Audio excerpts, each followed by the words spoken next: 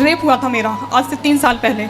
किसने किया था? मुझे नहीं पता क्या था क्या नहीं था, क्योंकि पहले मैं बहुत वैसी थी, मतलब अच्छी लगती थी, सारी चीज़ें थी, घर में रहती थी, पढ़ाई करती थी, मुझे नहीं पता कौन था कौन नहीं था। 3 साल पहले? 3 साल पहले। आप कितने वर्ष की थी उस समय? 17 साल की। 17 साल की। और तो कौन लोग थे? एक था या 2 थे? 3 लोग। 3 लोग थे। तो आपने पहचाना नहीं? नहीं, मैं घर से स्कूल ही जा रही थी, उस टाइम पे मेरे सर पे डंडा मारा और उसी मंदिर में मेरा रेप किया। डंडा मारा तब आप बेहोश हो गई? हो गई, मेरा पूरा सिर फट गया था पीछे से, तो मैं बेहोश हो गई। और मेरे घर वालों ने मुझसे ये कहा कि तू किसी और के साथ भाग गई थी। उस चीज़ का दर्द मैं आज भी झेलती आ रही हूँ। नाबालिग में मेरी शादी कर दी गई उसी 17 साल में।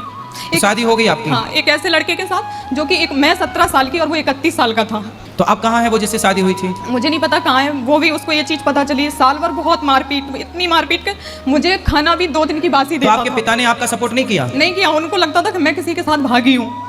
देखो, एक तो समस्या ये है कि बेटी के साथ यदि गलत हुआ और उसने अपनी आवाज़ उठाई तो कोई मानता ही नहीं है बेटियों की बात।